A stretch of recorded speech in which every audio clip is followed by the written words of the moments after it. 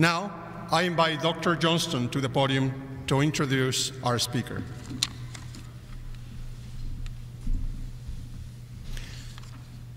I'm honored to present to you Dr. Ted Mitchell, Chancellor of the Texas Tech University System. Dr. Mitchell was named the 5th Chancellor of the Texas Tech University System in October of 2018.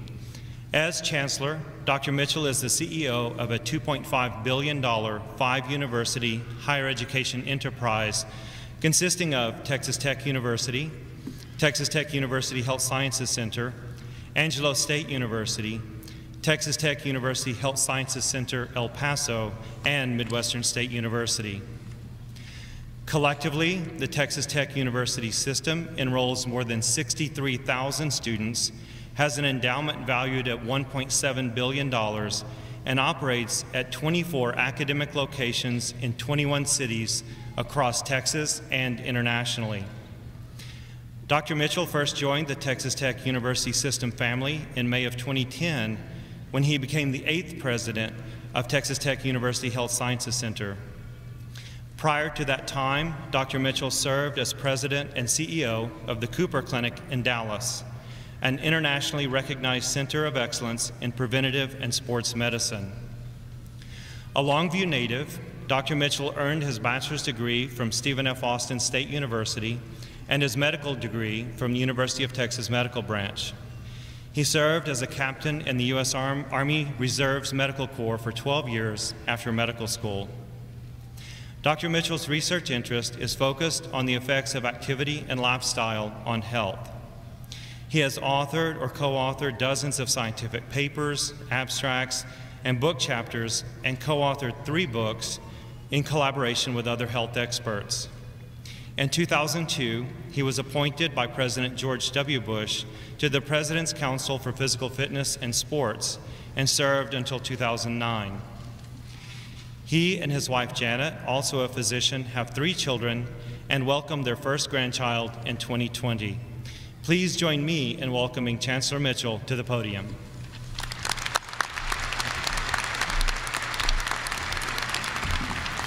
Good morning. What a wonderful day it is for graduation. And to be in Wichita Falls, Texas with the MSU Texas Mustang family is an honor for me. Before we start my conversation with the graduates, I'd like to say a few words to the faculty and the staff. I want to express how grateful I am for this new and historic partnership with Midwestern State University and the Wichita Falls community. We're so happy to have MSU as part of the Texas Tech University system as the 5th member of the institution, joining the others that Dr. Johnston just mentioned. MSU brings remarkable value to what continues to become an even more well-rounded system. And I know I speak for everyone.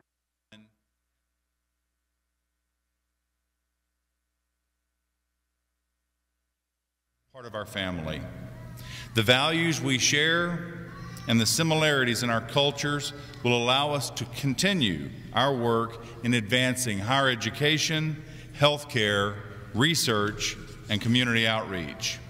Having this incredible institution in our system, a recognized liberal arts leader in Texas, with nearly a century of success in higher education, has been a fantastic experience spanning almost 2 years. Our goal at the system is to be a force multiplier in helping MSU Texas achieve its mission and its great ambitions by providing the resources, services, and increased visibility and access that being part of a larger family offers. And it is my sincere hope and commitment that we will grow stronger together. There is a tremendous amount of momentum for MSU Texas, as well as the Texas Tech University system. I'm honored that I was asked to be here today with so many of you who helped make this partnership a reality. And now, for the reason that we're here today, for the graduates. To the graduates, congratulations on a job well done. And to the families of the graduates, congratulations are in order for you as well. Moving forward, not only will you have pride in your graduates, but you'll also have more money in your pocket. There's a wonderful work of art which sits out front of Centennial Hall. I'm sure that all of you have seen it, but if your parents have not, it is worth walking them over to enjoy it while they are here. It is a sculpture entitled The Spirit of the Mustangs, depicting four horses crossing over water and representing the 4-year journey on our campus, envisioned by our own James Johnston and created by the renowned Western artist Vic Payne from Wyoming. Now, I know that it depicts 4 years, and for most of you, 4 years of college is what it's supposed to be about, but for some of us it takes a little longer. I have a brother that I always joke, my brother only went to college for 2 terms, President Jimmy Carter's and President Ronald Reagan's. Best 12 years of his life. But all joking aside, the majesty of Mustangs is easy to appreciate in these statues and in real life. These Mustangs exude power and intensity, yet they're also graceful and dignified. As someone who has spent a considerable amount of time with horses, including riding Mustangs in Monument Valley, Utah, it is my opinion that the Mustang is a great mascot for this university. I believe we could actually learn some lessons from these noble creatures. Now, I know what you're thinking. What in the world could I, as a college graduate, possibly learn about life from a horse? Well, bear with me, and perhaps you might just be surprised. Here we go. What lessons might horses teach us about life that we seem to have forgotten? Number 1, trust can only be earned. This takes time, and there are no shortcuts.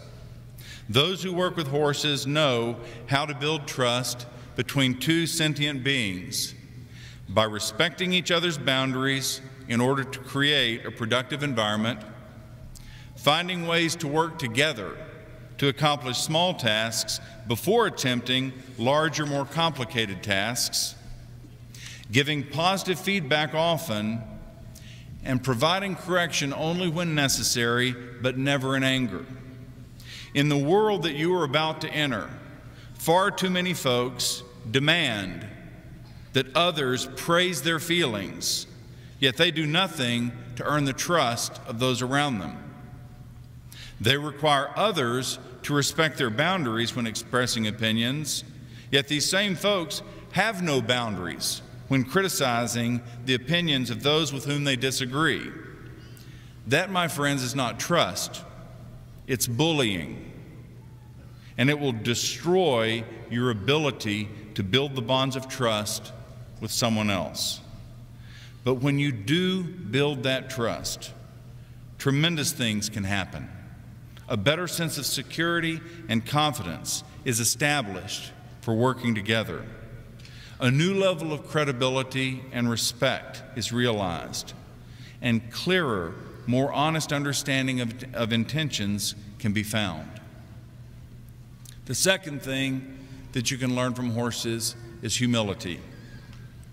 Few things will humble you as quickly as being thrown from a horse. It doesn't matter if you're a novice or an experienced rider, everyone eventually takes a dive. The same thing is true in life. It doesn't matter how smart you are, how popular you are, how skilled you are, or how educated you are. There will be times when you fall off the horse, times when you are embarrassed, times when you are wrong, times when others point out how you have messed something up. So it's not a matter of if, it's just a matter of when. Here's the lesson. How you handle it when others fall off the horse and how you handle it when you fall off the horse speaks volumes about your character. Let me give you an illustration. One day, a young boy named Billy was sitting at his school desk when suddenly he felt a puddle developing in his chair, running down his legs towards the floor.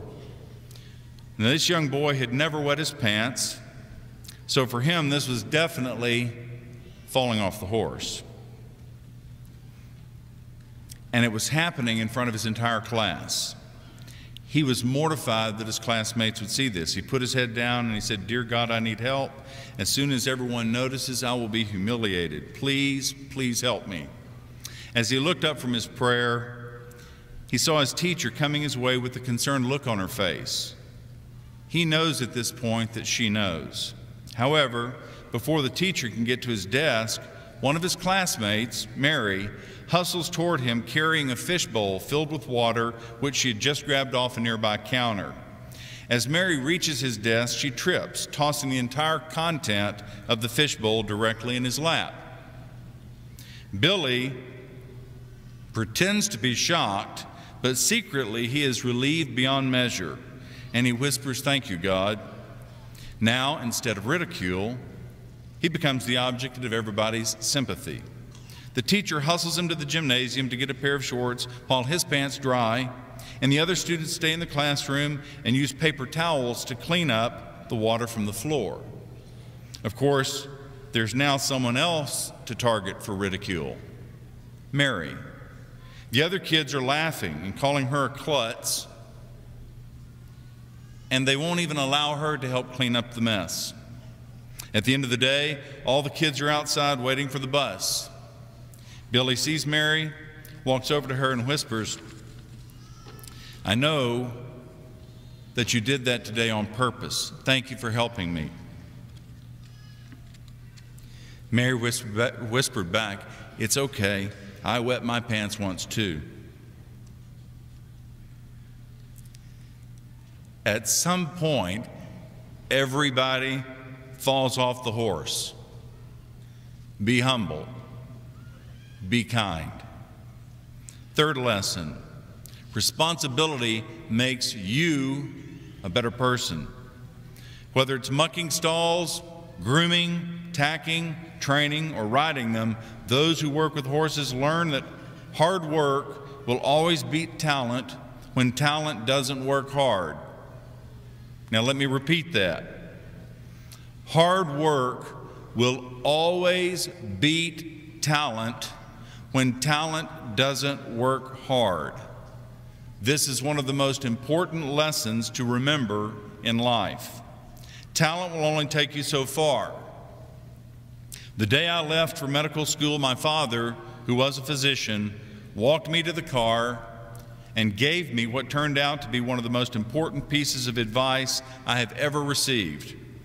He said, "Ted, there's something you should know about medical school. Up until now, you've always been one of the smart guys in the class, but that's about to change. When you get to medical school, everyone in your class will be at least as smart as you, and chances are good that most of them will be smarter than you." Now, of course, as a young man, that's a hard thing to hear from your dad, but it was true. He continued, and this is where he gave me the golden advice. "But remember this, being smart won't be what matters. What will matter is who has what he called stick-to-itiveness." I'm going to give her a moment to sign that. Stick-to-itiveness. The one who can stick to it and study on a Friday night when everyone else goes out. The one who can stick to it and get up early on a Saturday morning to study when everyone else sleeps in. The one who can stick to it and study when everyone else goes to a movie.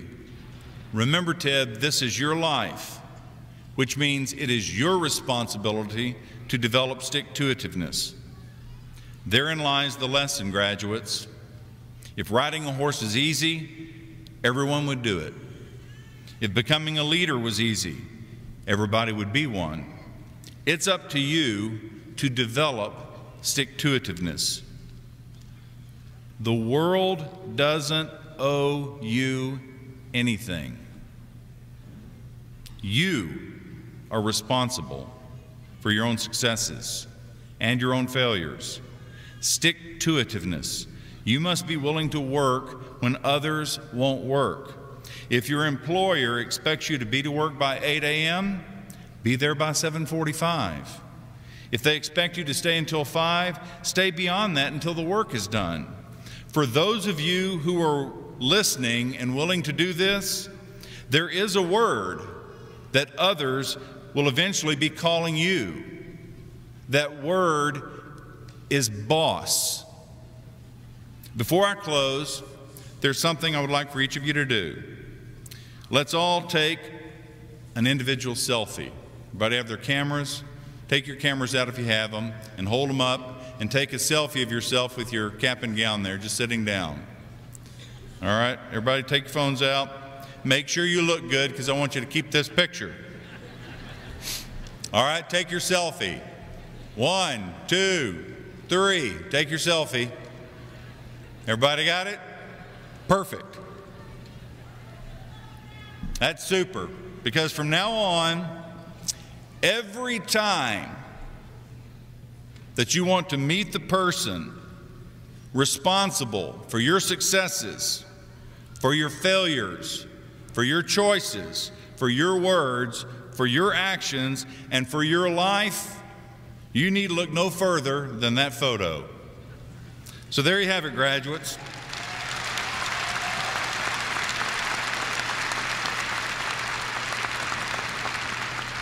There you have it, graduates, a bit of advice from someone who has fallen off the horse again and again and again.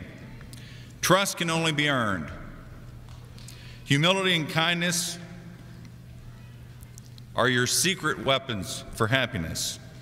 And taking responsibility for your actions is the most certain way of ensuring your own success. The keys to victory in life are not easy, but they are simple. Just like riding a Mustang. Congratulations.